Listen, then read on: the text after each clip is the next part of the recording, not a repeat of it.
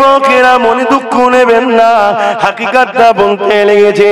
আজকে দুনিয়া জমিনে মুসলমান দুই ধরনের, ইসলাম দুই ধরনের, একটা এজিদি ইসলাম, একটা হোসাইনি ইসলাম। এজিদি ইসলাম আজও দুনিয়া জমিনে আছে, হোসাইনি ইসলামও দুনিয়া জমিনে আছে।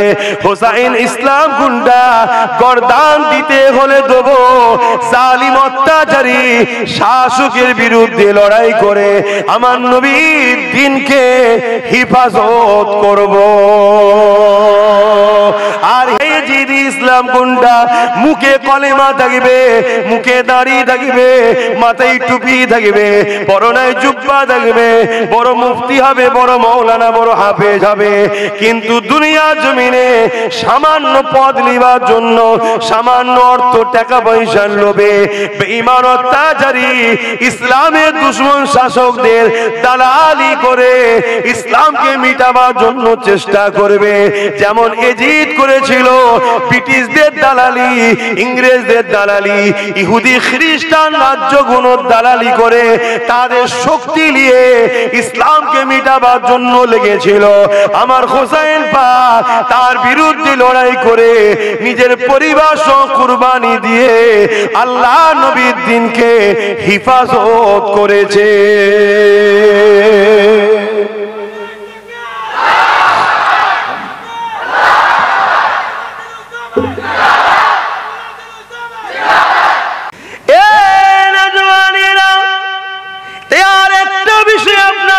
জানিয়ে দিই, আজ যদি আমাদেরকে বাঁচতে হয়, সর্বপ্রথম আমাদের কাজ হলো মুনাফিক উলামা দিগকে চেনা, মুনাফিক আলেম দিগকে চেনা, মুনাফিক মুফতি মৌলানাদেরকে চেনা।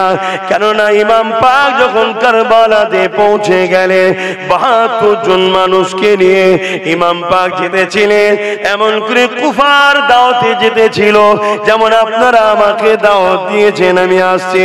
ইমাম পাক লড়াইয়ের উদ্দেশ্যে বেরোয়নি। যদি লড়াইয়ের উদ্দেশ্যে কেউ বেরোতো, স্ত্রী বাচ্চা বোন পরিবারকে নিয়ে কখনো কেউ বেরোতো না, তারা তো যুদ্ধের সৈন্য নিয়ে অস্ত্র নিয়ে বেরোতো। কিন্তু ইমাম পাককে কুফার মানুষেরা দাওয়াত দিয়েছিলেন, তাই ইমাম পাক পুরো পরিবার নিয়ে মাসকে মাস দিনের দাওয়াতের জন্য বেরিয়ে গিয়েছিলেন। এ যুবকেরা, তরুণেরা, বাপেরা, ওই কুফা জমিনে যখন ইমাম পাক পৌঁছালে, ওই সময় গিয়ে দেখতে লেগেছে ২২,০০০ সৈন্য ইমাম পাককে ঘিরে ফেলেছে। ২২,০০০ সৈন্য। কত সৈন্য? সবাই বলুন। ২২,০০০। বলতে কষ্ট হচ্ছে? এ যুবকেরা, ২২,০০০ সৈন্য ঘিরেছে। আর এই ২২,০০০-এর মধ্যে মন দিয়ে সংখ্যাগুলো মনে রাখবেন, ৩,০০০ হাফেজে কোরআন ছিল। কত? ৩,০০০ হাফেজে কোরআন ছিল। কার দিকে? হোসাইন পাকের দিকে। বলবেন তো? এ যুবকেরা, ইমাম পাক তো মাত্র ৭২ জন নিয়ে গেছে, আর ২২,০০০ এজিদ বাহিনী, তাদের দিকে ৩,০০০ হাফিজে কোরআন ছিল, ৩,০০০ আর এমন করে মুফতি ছিল, ৭,০০০ আলেম ছিল। সব মিলিয়ে ১৩,০০০ মুফতি মৌলানা আলেম, যারা কিনা এজিদের সামান্য গদি পাবার জন্য, এজিদের পদ পাবার জন্য, এজিদের কাছে ভাতা পাবার জন্য, এজিদের কাছে ভিক্ষা পাওয়ার জন্য, এজিদের কাছে সামান্য সম্মান পাওয়ার জন্য, এজিদের সঙ্গে ফটো তোলার জন্য, এজিদের সঙ্গে এক মেম্বারে বসার জন্য, এজিদ তাকে পাশে দাঁড়াবে, এজিদ তাকে সাহায্য করবে, এজিদ তার বিরোধী করবে না, এই সম্মানটুকু পাওয়ার জন্য ১৩,০০০ মুফতি মৌলানা হাফেজ নবীন নওয়াজ ইমাম হোসাইনের বিরুদ্ধে লেগেছিল। তাহলে আজকের দিনে কত হাজার হাফেজ, কত হাজার মুফতি, কত হাজার আলেম সেই নবীর দ্বীনকে মিটাবার জন্য আজকের জালিম এজিদ শাসকদের দলে দালালি করছে। এখন আমাদেরকে বোঝা দরকার আছে না? না, এই আজকে মাদ্রাসাগুলো ধ্বংস হয়ে যাচ্ছে, এই উলামাদের মুখে কোনো কথা নাই। আজকে মাদ্রাসায় নাকি জঙ্গি পাওয়া যাচ্ছে, এই আলেমদের মুখে কোনো প্রতিবাদ নাই। ওদিকে ওয়াকফ সংশোধনীয় বিলের নামে মসজিদ মাদ্রাসা কবরস্থানগুলোকে মিটিয়ে দিয়ে ইসলামের চিহ্নগুলোকে মিটিয়ে দিতে চাইছে, প্রমাণ করতে চাইছে ভারতের বুকে কোনো মসজিদ মাদ্রাসা ঐতিহাসিক কিছু নাই, এরা স্বাধীনতার পরে এসেছে। তাই এই 20 বছরের মসজিদ, 30 বছরের মসজিদ রয়েছে, ইসলামের যে প্রাচীন হাজার হাজার বছর ধরে ভারতের বুকে ইসলাম রয়েছে, এগুলোকে মুছে দাও, এগুলোকে মিটিয়ে দাও। আজকে কোন উলামাদের মুখে কথা নাই, এবং যেসব মুসলমানরা রাজনীতির নেতা হয়েছে তাদের মুখেও কোনো প্রতিবাদ নাই, লড়াই নাই। শুধু মুসলমানকে বোকা বানাবার জন্য কিছু কিছু জায়গায় মাইক লাগিয়ে দিয়ে একটু না বললে নয় তাই বলতেছে।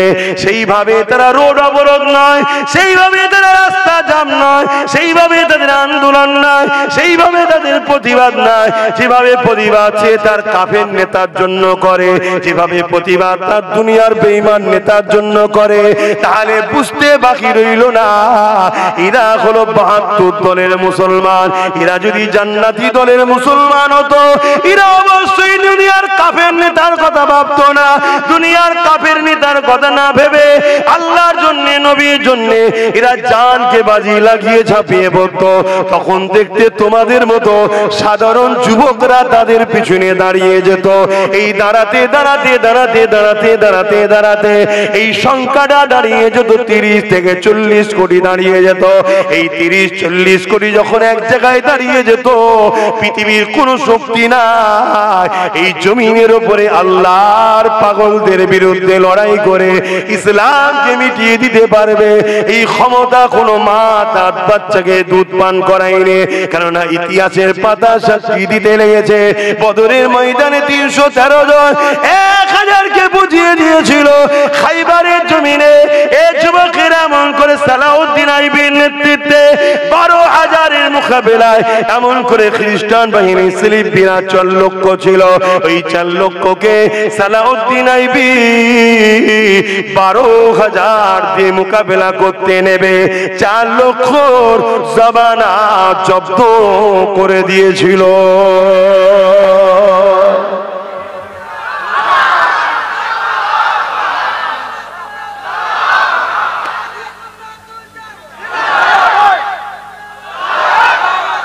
ইমানদার কোন মুসলমান ঘরে ছেলেমেয়েরা, তরুণেরা, বাপেরা, আল্লাহ পাক আমাদেরকে দুনিয়া জমিনে পাঠিয়েছেন ইল্লা লিয়াবুদুন, আল্লাহ পাককে দাসত্ব করার জন্য, আল্লাহ পাককে রাজি খুশি করার জন্য। এই দুনিয়া হলো আমাদের জন্য পরীক্ষার একটা জায়গা। যতদিন এই দুনিয়া জমিনে থাকবো আমাদেরকে মনে রাখতে হবে আল্লাহর পক্ষে দাসত্ব করতে হবে। যে কাজ করলে আল্লাহ খুশি হবে ওই কাজ তোমাকে আমাকে করতে হবে। এ যুবকেরা, তরুণীরা, বাপেরা, আমাদেরকে নামাজ পড়তে হবে, রোজা রাখতে হবে, মা বাপের খিদমত করতে হবে, বড়দের সম্মান করতে হবে, মালদাদিওকে যাকাত দিতে হবে, মালদাদিওকে হজ করতে হবে। এই কাজ আল্লাহ আমাদেরকে করতে পাঠিয়েছে। এই যুবকেরা শুনে রেখে দেন, জুলুম অত্যাচার করলে হবে না, গরিবকে মহব্বত করতে হবে, এতিমকে সাহারা দিতে হবে, বিধবাদেরকে আশ্রয় দিতে হবে, মা বাবার সম্মান করতে হবে। তাহলে আল্লাহ বা মৃত্যুর পরে যখন তোমাকে আমাকে উঠাবে, সুম্মান বিকাও খরা ফাইজা হুম কিয়ামুন ইয়ানজিরুন, ওই বিচারের দিন ময়দানে মাশরে, ওই দিনে আল্লাহ তোমাকে আমাকে জান্নাতি বানিয়ে দেবে।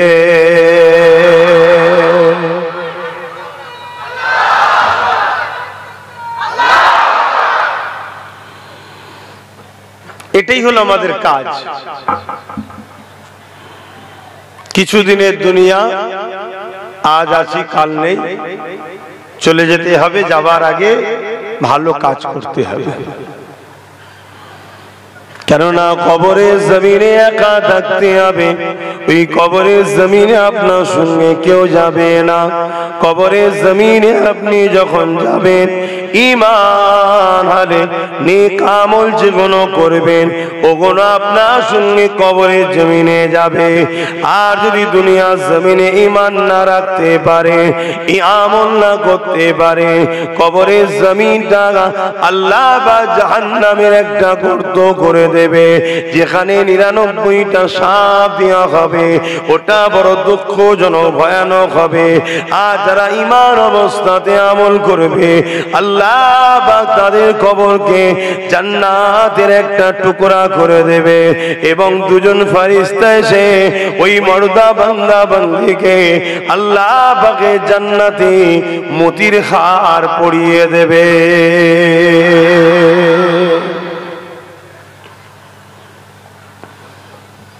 কিছুদিনের দুনিয়ার জন্য আখিরাতকে হারিয়ে ফেলবেন না। নবী আমার যেভাবে তোমাকে আমাকে চলা শিখিয়েছে ওইভাবে তোমাকে আমাকে চলতে হবে। আল্লাহ নবী অনেক কষ্ট করে এই দ্বীন ইসলামকে প্রচার করেছে। ইসলাম বলতে তুমি আমি মনে করি দাড়ি, টুপি, নামাজ, রোজা, হজ, যাকাত, মসজিদ, মাদ্রাসা বানানো, শুধু এটাই ইসলাম নয়। ইসলাম বলতে ক্ষুধার্ত মানুষকে খানা খাওয়ানো। একটা ব্যক্তি আমার নবীর দরবারে চলে আসলেন। আল্লাহ নবীকে সালাম, আল্লাহ নবীকে জিজ্ঞাসা করতে লাগলেন, ইয়া রাসূলুল্লাহ, হাবিবাল্লাহ, ইসলামের সব থেকে ভালো কাজ কোনটা? আল্লাহ নবী জানিয়ে দিলেন, ক্ষুধার্ত মানুষকে খানা খাওয়ানো।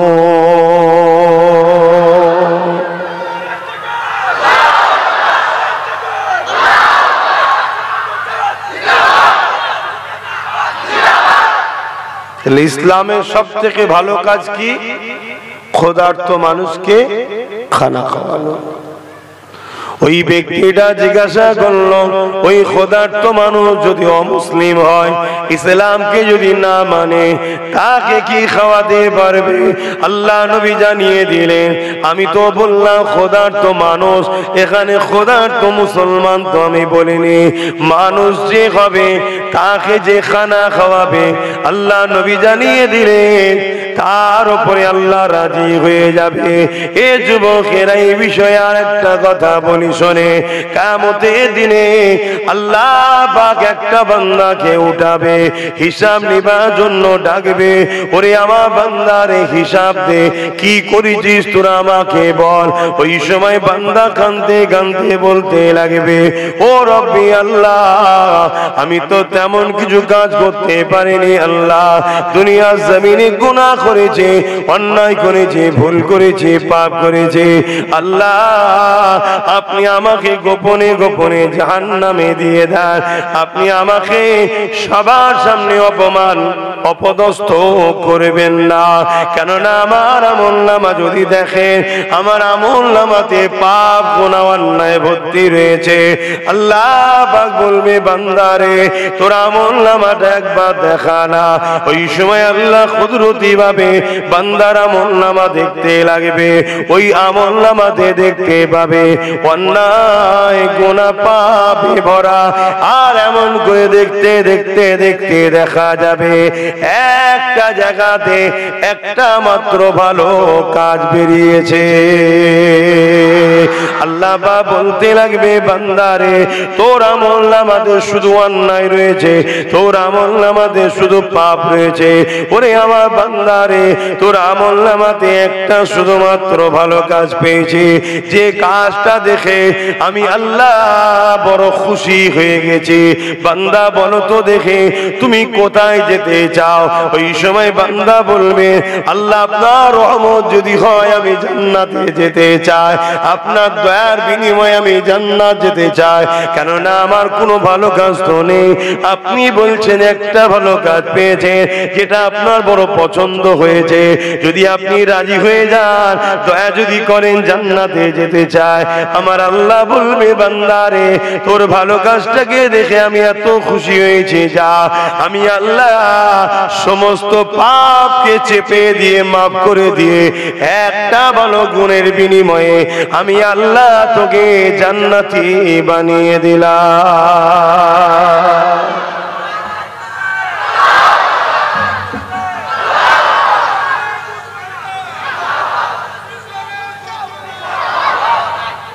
আল্লাহ, শুনছেন তো আপনার আওয়াজ?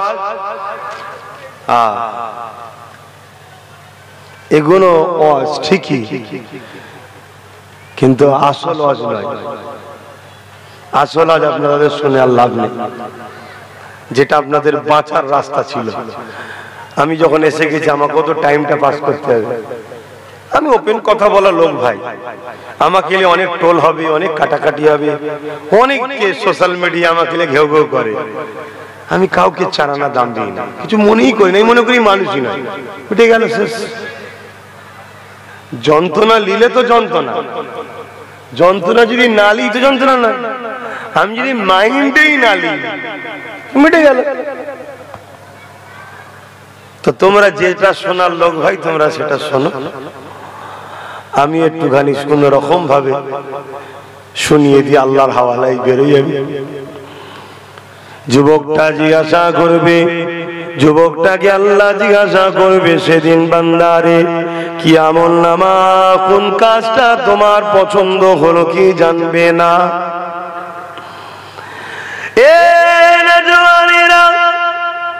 আল্লাহ নবী সাহাবাদেরকে আলোচনা করেছে, এই আলোচনাটা আপনাদেরকে শোনায়।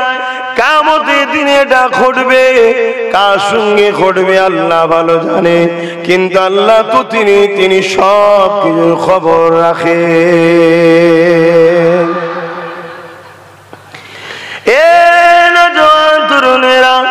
আল্লাহ পাক ওই সময় বলবে, বান্দারে তোমার কোন আমলটা আমার পছন্দ হয়েছে তুমি কি জানো বান্দা? বান্দা বলবেন, আল্লাহ আপনার কাছে আমল আপনি জানেন, আপনি সবচেয়ে উত্তম জাননেওয়ালা। আল্লাহ পাক নবী জানিয়ে দিলেন, ওই বান্দাটা একদিন প্রচন্ড গরমের সময়তে রাস্তা দিয়ে যেতেছিল, যাবার সময় দেখতে লেগেছে একটা আল্লাহ সৃষ্টি জীবকে কেউ কেমন করে ছায়াতে বেঁধে দিয়েছিল। সূর্য ঘুরে যাওয়ার জন্য ছায়াটা চলে গেছে। ওই সময়তে ওই বান্দাটা এমন করে যেতে যেতে দেখতে লেগেছে ওই পশুটা পানির পিপাসায় জিভখানা বাইরে গেছে, বড় কষ্ট বেহাপাতে লেগেছে।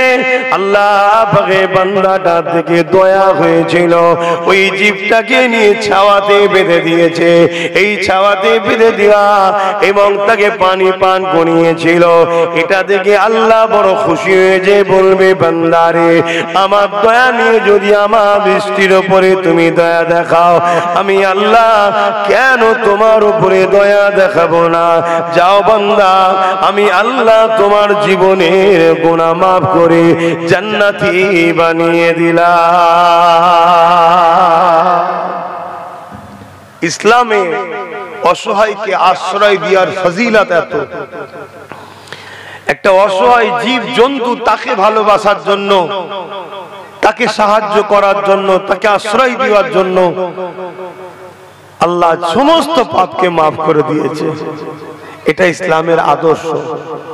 ইসলাম জুলুমকে পছন্দ করে না, ইসলাম সহযোগিতা ভালোবাসাকে পছন্দ করে। জোরে বলুন সুবহানাল্লাহ।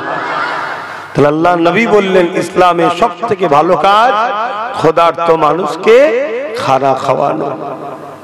তাই আমাদেরও উচিত হবে আমাদের নিজ নিজ এলাকায় যারা গরিব মানুষ আছে তাদের পাশে ধনীদের দাঁড়ানো। নাম কামাবার জন্য চারিদিকে টাকা অর্থ না দিয়ে গোপনে গোপনে গরিবকে দেন, গরিবকে দেন। কেন অন্যজনকে দিলে হয়তো দুনিয়ায় আপনার একটু ফটো উঠবে, দুনিয়ার লোক হয়তো আপনাকে বলবে অর্থশালী দানশীল, কিন্তু আপনার আখিরাত বেকার হবে। আপনি যদি গোপনে গোপনে গরিবকে দেন, গরিব আল্লাহর কাছে হাত তুলে বলবে, আল্লাহ তোমাকে দুনিয়া আখিরাতে শান্তি দিক। গরিবের এই দোয়া আল্লাহ কবুল করে। জোরে বলুন সুবহানাল্লাহ। কারণ গরিব সে মজলুম সে অসহায়, তার দোয়া আল্লাহ কবুল করে এবং তুমি আল্লাহর কাছে প্রিয় হবে। জোরে বলুন সুবহানাল্লাহ। দুনিয়ার কাছে প্রিয় হয়ে কোনো লাভ নেই। মদিনা জমিনে এক বছর বড় খরা দেখা দিয়েছিল। মদিনার মানুষরা বড় ক্ষুধার জ্বালায় হাহাকার পড়ে গিয়েছিল। আল্লাহ নবীর সাহাবী হযরত ওসমান গনি রাদিয়াল্লাহু তাআলা তিনি তৎকালীন সময় ইন্টারন্যাশনাল বিরাট বড় বিজনেসম্যান ছিলেন, পৃথিবী বিখ্যাত অর্থশালী ধনী ছিলেন, বিজনেসম্যান ছিলেন। তাই তেনার জাহাজ ভর্তি করে বিশাল খাদ্য সামগ্রী মাল মদিনা জমিনে আসতে লেগেছে। হযরত ওসমান গনি ওই সামানগুলোকে নিয়ে জেদ্দা থেকে মদিনা জমিনে জড়ো করে দিয়ে এক ফাঁকা জায়গাতে রেখে দিয়ে হুজুর আমার সেগুলোকে চাপা দিয়ে চলে আসতে লেগেছে। দুজন ইহুদি ধর্মের মানুষ মদিনার তারাও ব্যবসা করত। তারা চিন্তা করলো এই দুর্যোগের সময়, খরার সময়, অভাবের সময় ওসমান গনির থেকে যদি মালগুলোকে বেশি দাম দিয়ে কিনে নেওয়া যায় তাহলে আমরা অনেক বেশি দামে মুসলমানদের কাছ থেকে বিক্রি করে টাকা ইনকাম করব। কেননা এখন খরা দেখা দিয়েছে, মাল পাওয়া যাচ্ছে না, তাই মানুষের বড় প্রয়োজন হবে, যার যা টাকা চাইবো সে সেটাই দিয়ে খরিদ করে নেবে। যেমন আগামী দিন আমাদের উপরও খরা আসতে লেগেছে, এটা আমার দায়িত্ব বলে দিচ্ছি। আগামী দিন পৃথিবীর বুকে একটা খরা আসবে, বিশাল খরা, যেখানে মানুষের কাছে কোটি কোটি টাকা থাকবে কিন্তু খাবার থাকবে না। মানুষ মানুষের রক্ত পান করবে, মানুষের গোশত খাবে, এমন একটা দিন আগামী দিনে আসছে। গল্প বলছি না, ঘটবে যখন তখন মিলিয়ে নেবেন সব। বাবেরা, নওজওয়ানেরা, তরুণেরা, হযরত ওসমান গনি এমন করে দেখা যায় ওই ইহুদিরা যখন এই পরিকল্পনা করে ওসমান গনিকে রাগ করিয়ে দেয়, ও হযরত ওসমান গনি আপনার অনেক মাল রয়েছে, ওই মালগুলো আমাদের কাছে বিজনেস করুন, বিক্রি করে দিন, আপনি যা কিনেছেন তার থেকে 10 টাকা বেশি মূল্য দেবো, 10% বেশি দেবো, 10% বেশি দাম দেবো। ওসমান গনি বলল হবে না, 20% হবে না, 50% হবে না, 100 হবে না, 100% বেশি, অর্থাৎ 100 টাকার মাল 1000 টাকা, 100% মানে বেশি 1000 টাকাই হচ্ছে তো নাকি?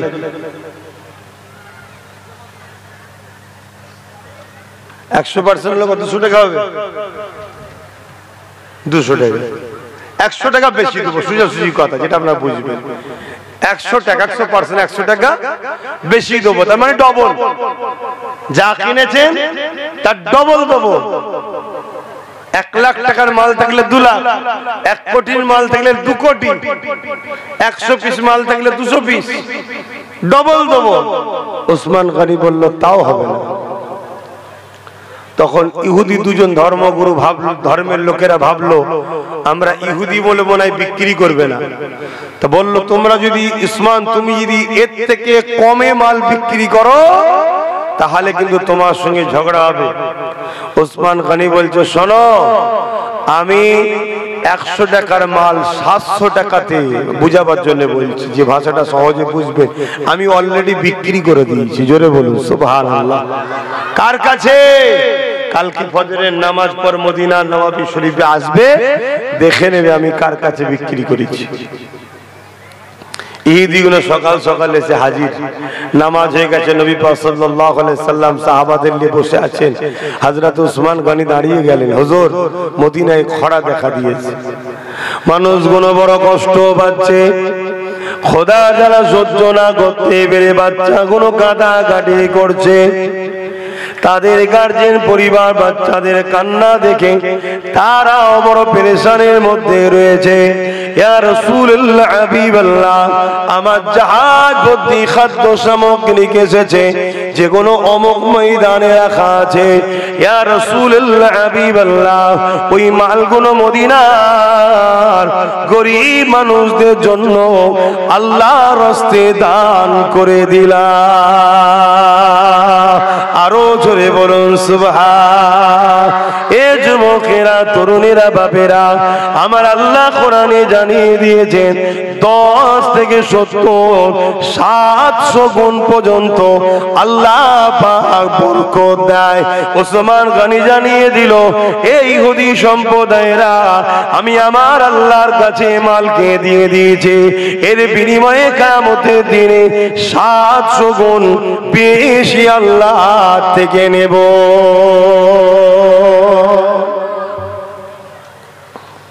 আজকে আমরা তো গরিবকে দিয়া দূরের কথা, গরিবদের থেকে নিয়ে নিতে পারলে আরো বেশি খুশি হই। গরিবের দেখাইতে রাস্তা ধারে একটা বড় জায়গা আছে, সেটাকে কি করে কম পয়সায় লিয়া যায় বা হুমকি চুমকি দিয়ে দখল করে লিয়া যায়, এটা এখন আমাদের অনেকের মেন্টালিটিতে তৈরি হয়েছে। আল্লাহ এই জালিমদের ঘরে বিচার করবে। আল্লাহ আপনি আমাদেরকে হিফাজত ও হিদায়েত করেন, বলুন আল্লাহুম্মা আমিন। তো প্রচন্ড গরমে আপনাদেরও কষ্ট হচ্ছে, আমারও আলোচনা করতে অসুবিধা হচ্ছে। আসুন, এসেছিলাম একটু হাজিরির জন্য, হাজিরি দিলাম, একটু সালাম করব, দোয়া করব। ইয়া নবী সালাম।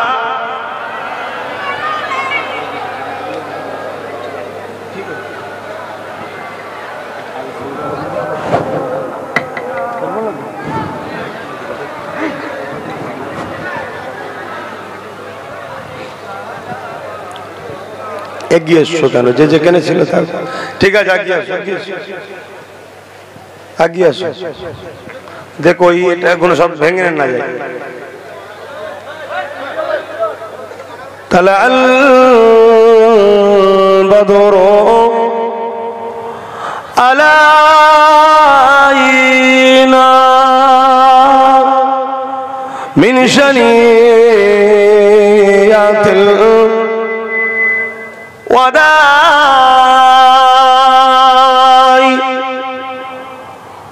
وجب الشكر علينا ما دعا لله أعداء يا نبي سلام يا رسول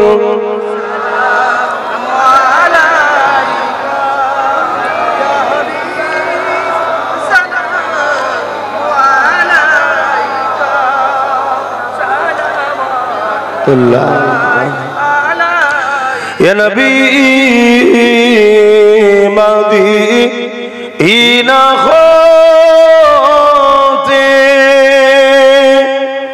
সব কিছু পারে দেখিতে মোদের লাশ কবরে এ রাখিলে লইবেন আপন করে নবী সালাম ইয়া রাসূল ইয়া হাবিব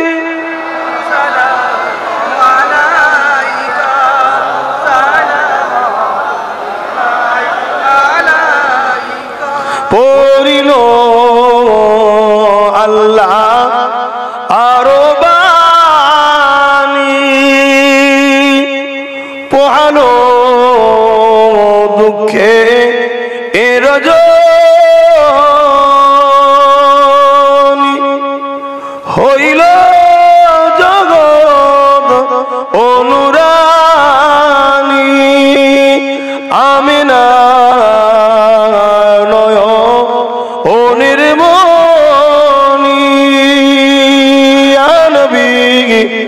সালাম ইয়া রাসূল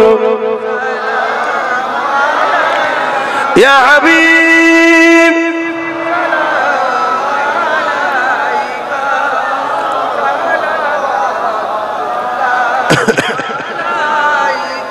এই যে আমরা দাঁড়িয়ে সালাম দিলাম, এ নিয়েও কিন্তু আমাদের সমাজে একটা বিভ্রান্তি বা সমালোচনা বা মতনৈক্য আছে, আছে না? না, দাঁড়িয়ে সালাম দেওয়া হলো মুস্তাহাব, মুস্তাহসান, জায়েজ, সওয়াবের কাজ।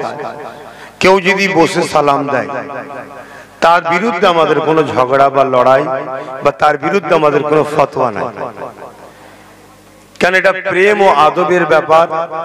সে নবীকে কেমন প্রেম করবে, আদব করবে, সেটা তার হৃদয়ের ব্যাপার। সে বসে দিয়ে ঠিক করলো কি ভুল করলো, সে হুজুরের সঙ্গে জবাব দেবে। কিন্তু আমরা দাঁড়িয়ে দিই কেন? আমরা দাঁড়িয়ে দিই কোরআনে আল্লাহ দাঁড়াবার হুকুম দিয়েছে তাই। জোরে বলুন সুবহানাল্লাহ। কিন্তু হুকুমটা ইশারাতান, ডাইরেক্ট আর ইনডাইরেক্ট। এটা ইনডাইরেক্ট কোথায়? যে আয়াতটা আমরা সবাই জানি, সল্লু, দরুদ পড়ো, ওয়া সাল্লিমু, সালাম দাও। সালামের বেলায় আল্লাহ একটা কথা বলেছে, তাসলিমা। তাসলিমা মানা দিবার মতো করে সালাম দাও, সব থেকে উত্তম ভাবে দাও, ভক্তি, ভালোবাসা, আদবের সাথে সালাম দাও। জোরে বলুন সুবহানাল্লাহ। আদবের দিক দিয়ে সব থেকে উত্তম কোনটা? দাঁড়ানো। তাই আমরা দাঁড়িয়ে দিই। কেউ যদি মনে করে আদবের দিক দিয়ে বসাটা উত্তম, সে বসে দিতে পারে, তার ব্যাপার। আমাদের কাছে উত্তম দাঁড়ানোটা, আমরা দাঁড়িয়ে দিই।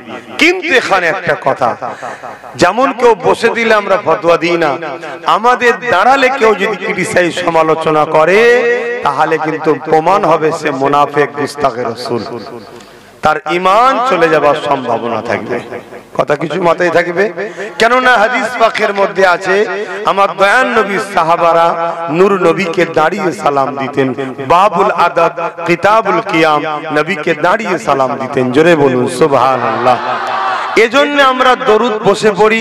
দরুদ পড়লে নেকি হয়, নেকি ফেরেশতারা লেখে। সালাম এজন্য দাঁড়িয়ে দিই, সালাম দিলে দয়ান নবী জবাব দেয়, আমরা আদবের সঙ্গে জবাবটা নিই। জোরে বলুন সুবহানাল্লাহ। সাহাবা হুজুরদের কেমন আদব ছিল আমার নবীর উপরে, সাহাবা হুজুরদের কেমন আদব ছিল। আমার নবী একটা ঘোড়ার পিঠে চাপতেন। ওই ঘোড়ার পিঠে চাপার জন্য একটা কাঠের লাকড়ি দিয়ে একটা কাজাবা তৈরি করতে হয়, তার উপরে বসতে হয় না, ডাইরেক্ট চামড়ার উপরে স্লিপ করবে। তো এজন্য একটা কাজাবা তৈরি হয়, ছোট মতো করে দেখেছেন আপনারা, তার ভেতরে বসতে হয়। আল্লাহর নবী এই ঘোড়ার দায়িত্ব এক সাহাবীকে দিয়েছিলেন যে তুমি দেখাশোনা করবে, তুমি এটাকে। আচ্ছা, এই কথাটা একটু বসে যান, বলে দিয়ে দোয়া করব। সকলে বসে। বালাগাল উলা বিকামালিহি, বসে যাও, এখানেই বসে যাও। দরুদ শরীফ আল্লাহুম্মা।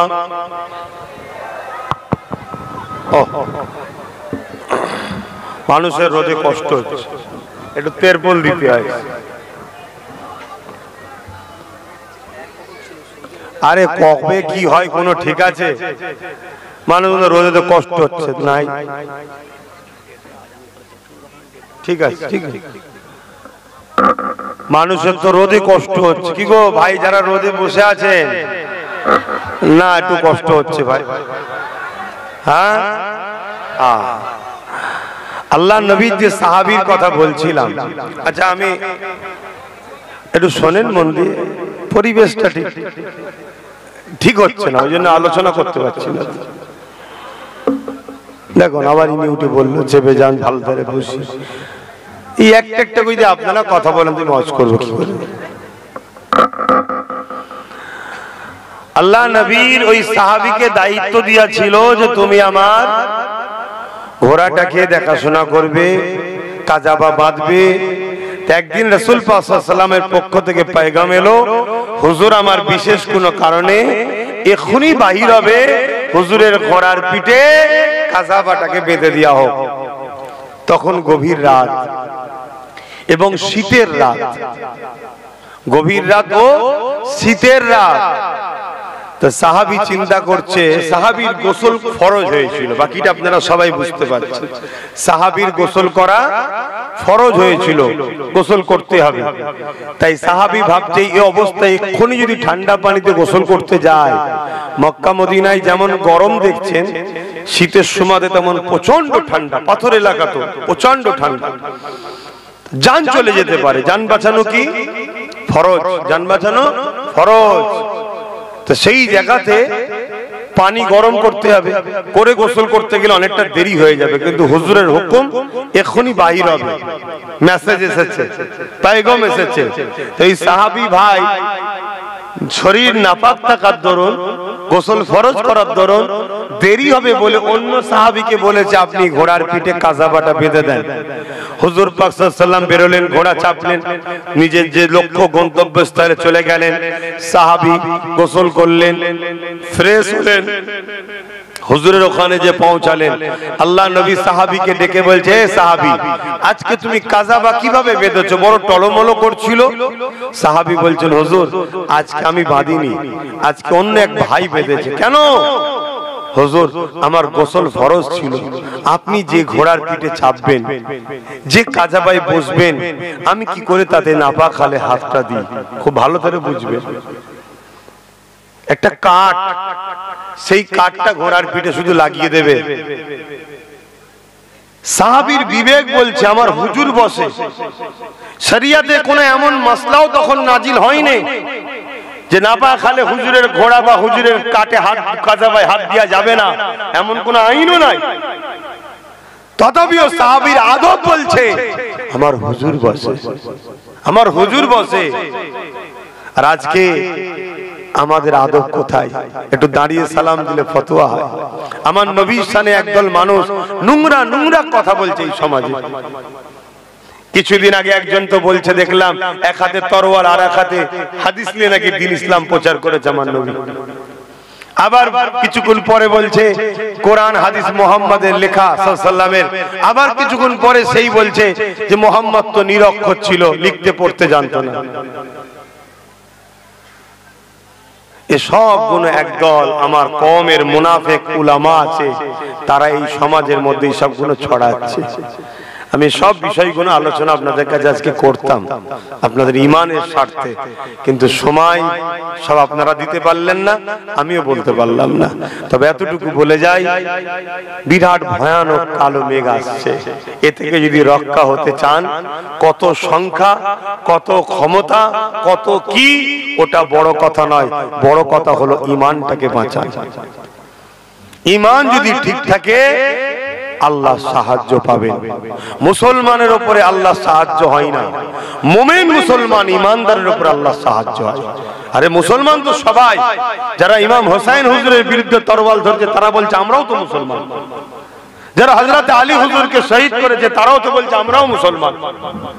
যারা আজকের দিন আমার নবীকে আমাদের মতো মানুষ বলে, মরে গেছে বলে, সাফাত করতে পারবে না বলে, তারাও তো বলছে মুসলমান। আল্লাহর নবী বলেছেন আমার উম্মতের মধ্যে ৭৩টা দল হবে, ৭২ দলের মাথায় আলেম উলামা, দাড়ি টুপি, নামাজ রোজা সব থাকবে, এরপরেও তারা জাহান্নামী হবে, তারাও তো বলছে মুসলমান। শুনছেন? সাহায্য আল্লাহর পাবে ঈমানদার মুমিন মুসলমানরা। অতএব ঈমান ঠিক করুন, ঈমান ঠিক করুন। কিন্তু আজকে দিনে ঈমান চুরি করার একটা ষড়যন্ত্র চলছে। কখনো দাড়ি দেখিয়ে, কখনো টুপি দেখিয়ে, কখনো কোরআন দেখিয়ে, কখনো হাদিস দেখিয়ে, কখনো মসজিদ দেখিয়ে, কখনো মাদ্রাসা দেখিয়ে। এ যুবকেরা মনে দুঃখ নেবেন না, হাকিকাতটা বলতে লেগেছে। আজকে দুনিয়া জমিনে মুসলমান দুই ধরনের, ইসলাম দুই ধরনের, একটা এজিদি ইসলাম, একটা হোসাইনি ইসলাম। এজিদি ইসলাম আজও দুনিয়া জমিনে আছে, হুসাইন ইসলামও দুনিয়া জমিনে আছে।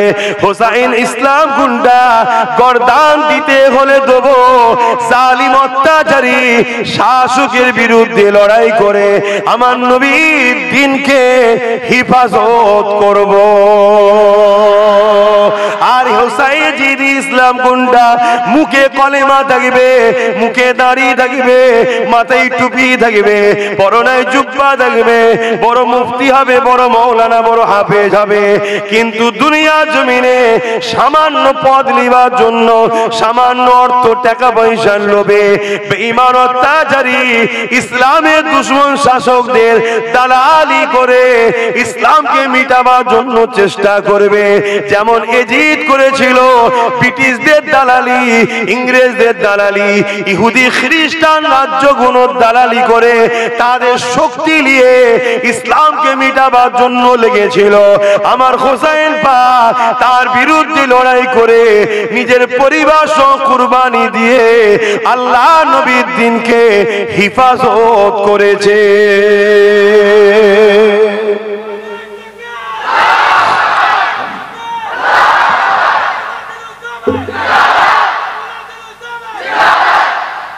ইসলাম দুই ধরনের, কি বললাম? শুনছেন তো? মেনে নিতে পারছেন না? মুসলমান কয় ধরনের? দাড়ি, টুপি, হজ, নামাজ, কোরআন তেলাওয়াত, মাদ্রাসা, মসজিদ, দুই ধরনের। এক এজিদের, এক হোসাইনের। আপনি কোন দিকে থাকবেন এবার ঠিক করুন। না, আমি তো হোসাইনের দিকে থাকবো। চিনবেন কি করে? চিনবেন কি? দাড়ি তো দুদিকে, নামাজ তো দুদিকে, রোজা তো দুদিকে, হজ তো দুদিকে, মসজিদ দুদিকে, মাদ্রাসায় দুদিকে, কোরআন দুদিকে, হাদিস দুদিকে, সব কিছু আছে। চিনবেন কি করে? এসব কথা কোনো বলতে গেলে সময় লাগবে, আর না আমি বলবো এক, বুঝবেন আর এক, আরো সমালোচনা বাড়বে। ঈমান হেফাজত করেন। আল্লাহ নবী জানিয়ে দিলেন আখিরি জামানায় হাতে তালুতে আগুন রাখার থেকে ঈমান বাঁচানো বড় কষ্ট হবে। হাতের তালুতে কি আগুন রাখতে পারবেন? ওর থেকেও কষ্ট ঈমান বাঁচানো। আজকে সেই সময় এই যে মাঝে মাঝে একটা একটা করে অমুসলিমরা ইসলামের বিরুদ্ধে বলছে না, বলছে না? বলেন কেন বলছে? এগুলো বলে দেখছে দুনিয়ায় মুসলমান তো সবাই দেখছি এরা ইমানদার না বেঈমান, এটা টেস্ট হচ্ছে। যখন দেখে নেবে যে বেঈমান মুসলমান হয়ে গেছে, ইমানদার মুসলমানের সংখ্যা নেই ধরতে গেলে, তখন ওরা হামলার জন্য আগাবে। এটা টেস্ট। তার নমুনা কিন্তু আমরা বুঝতে পারছি। কেন? আজ থেকে 2-3 বছর আগে মসজিদ মাদ্রাসা ইসলামের বিরুদ্ধে কিছু হলে আন্দোলন হতো।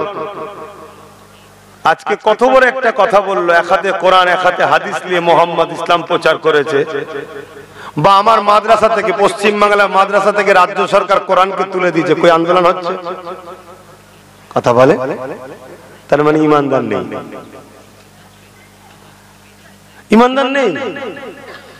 আপনি আমার কথা শুনতে মজা লাগতে পারে, কিন্তু নবী বলছে একটা দিন আসবে মসজিদ ভর্তি লোক থাকবে, একটা ইমানদার থাকবে না। আমাদের তো ব্রেনে ঢুকিয়ে দেওয়া হয়েছে নামাজ দাড়ি টুপি, নামাজ দাড়ি টুপি, ও ইমানদার, ইমানদার, নামাজ পড়লে ইমানদার। হ্যাঁ, আল্লাহ নবী বললেন আমার উম্মতের মধ্যে 73টা দল হবে, 72টা জাহান্নামী হবে। সাহাবারা বলতে লাগলেন ইয়া রাসূলুল্লাহ 72 দল যে জাহান্নামী হবে তারা কি নামাজ পড়বে না? আল্লাহ নবী বললেন পড়বে। তাদের কি রোজা থাকবে না? নবী পাক বললেন থাকবে। তারা কি হজ করবে না? নবী পাক বললেন করবে। তারা কি দান খয়রাত করবে না? নবী বললেন করবে। তারা কি কোরআন পড়বে না? নবী বললেন করবে। তাদের কি হাদিস শিক্ষা থাকবে না? নবী বললেন থাকবে। সব থাকবে, এরপরও তারা জাহান্নামী হয়ে যাবে। ইয়া রাসূলুল্লাহ, হাবিবাল্লাহ, কারণ কি হবে? আল্লাহ নবী এক কথাই উত্তর দিয়ে দিলেন, তাদের অন্তরে আমি রাসূলুল্লাহ আমার খাইয়া থাকবে না, অর্থাৎ আমার আদব ভালোবাসা পিয়ার থাকবে না। নামাজ থাকবে, রোজা থাকবে, দাড়ি থাকবে, হজ থাকবে, দান খায়রা সবই থাকবে, আল্লাহ নবীর প্রেম ও আদবটা থাকবে না। এই জন্য তারা সব বেঈমান জাহান্নামী হয়ে যাবে। যে দলটা জান্নাতি হবে তাদের মধ্যে নামাজ রোজা দাড়ি টুপি থাকবে, কিন্তু রাসূলুল্লাহর প্রেম ও আদব থাকবে।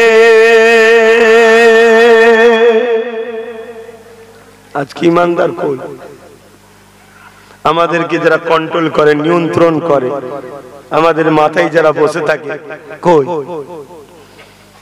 এত বড় বড় কথা হচ্ছে ইসলাম বিরোধী, প্রকাশ্য। গত দুদিন আগে কলকাতায় কথা হয়ে গেল, ইসলামকে মুক্ত করতে হবে, ইসলামকে মিটিয়ে দিতে হবে। দেখেছেন সোশ্যাল মিডিয়া? হ্যাঁ কি না বল? কই আন্দোলন হচ্ছে? কেন হয়নি আন্দোলন? হয়নি কেন? তোমার বাপের বিরুদ্ধে বললে একটু ঝগড়া হয়ে যায়, তোর মায়ের বিরুদ্ধে বললে ঝগড়া হয়, ইসলামের বিরুদ্ধে বললে আন্দোলন হচ্ছে না কেন? এটা টেস্ট করে করে দেখছে যারা আমাদেরকে বেঈমান বানাতে চাইছে, তারা টেস্ট করে করে দেখছে সংখ্যা বেঈমানের বাড়ছে। নামে মুসলমান 3 কোটি 3.5 কোটি, ইমানদার কটা? নামে মুসলমান ভারতবর্ষে 20 কোটি, ইমানদার কটা? কি গো বুঝছেন তো নাকি? মনে রেখে দিও, ইসলামের জন্য আল্লাহ যথেষ্ট। কিন্তু আমরা যদি ইসলামের হয়ে কথা বলি, আমাদেরকে আল্লাহ সাহায্য করবে। কিন্তু আমরা তো নেই ইসলামের পক্ষে। যদি বলেন আছি তো, কই আন্দোলন কই, কই প্রতিবাদ কই, কথা কই? এত জলসা হচ্ছে, মৌলী সাহেব গুলো মেম্বারে দাঁড়িয়ে বলে, মসজিদের ইমাম গুলো বলে, কথা বলে, বলতে পারবে না। বললে এক গ্রামবাসী তাড়িয়ে দেবে। কেন? আকসার মসজিদের দায়িত্বে যারা আছে সব জায়গায় এখানে না হতে পারে, বেশিরভাগ জায়গায় 100-র মধ্যে 70টা মসজিদের কমিটির মধ্যে ইসলাম বিদ্বেষীরা ঢুকে গেছে। যেই বলবে মসজিদে দাঁড়িয়ে দাঁড়িয়ে অমনি বলো তুমি যাও, কালকে চলে যাও। আর 2 নম্বর ইমামও চিন্তা করছে দরকার নেই, আমার যা মাসে 3000 আছে ওটাও বন্ধ হয়ে যাবে। শুনছেন না? শোনেন। আর 3000টা কিসের? সুদের। দেহ বিক্রি করার, মদ বিক্রি করার, কিসের জানে? জানে না। তো ওই টাকা খেয়ে ইমান ঠিক থাকবে? তাহলে কোথায় আমাদেরকে শেষ করছে বুঝতে পারছেন না? এই জন্য দেখুন, আমার নবীর বিরুদ্ধে একটা কত বড় মিথ্যা কথা বলা হলো, যে হুজুর নাকি এক হাতে অস্ত্র, এক হাতে কোরআন হাদিস নিয়ে ইসলাম প্রচার করে। তার মানে কি? হাদিস দেখিয়েছে, যে মানতে চাই না তাকে তরোয়াল দেখিয়েছে। এটাই তো বুঝাতে চাইছে। এত বড় একটা মিথ্যার প্রতিবাদ হয়েছে। আমরা বলছি মুসলমান, আমরা বলছি নবীর উম্মত, আমরা বলছি নবীকে ভালোবাসি। আপনারা তো সাধারণ মানুষ, আপনারা আন্দোলনের ডাক পেলে তো ছুটে যাবেন, আমিও জানি। কিন্তু যারা নেতৃত্ব দিচ্ছে তারাই তো বিক্রি হয়ে গেল।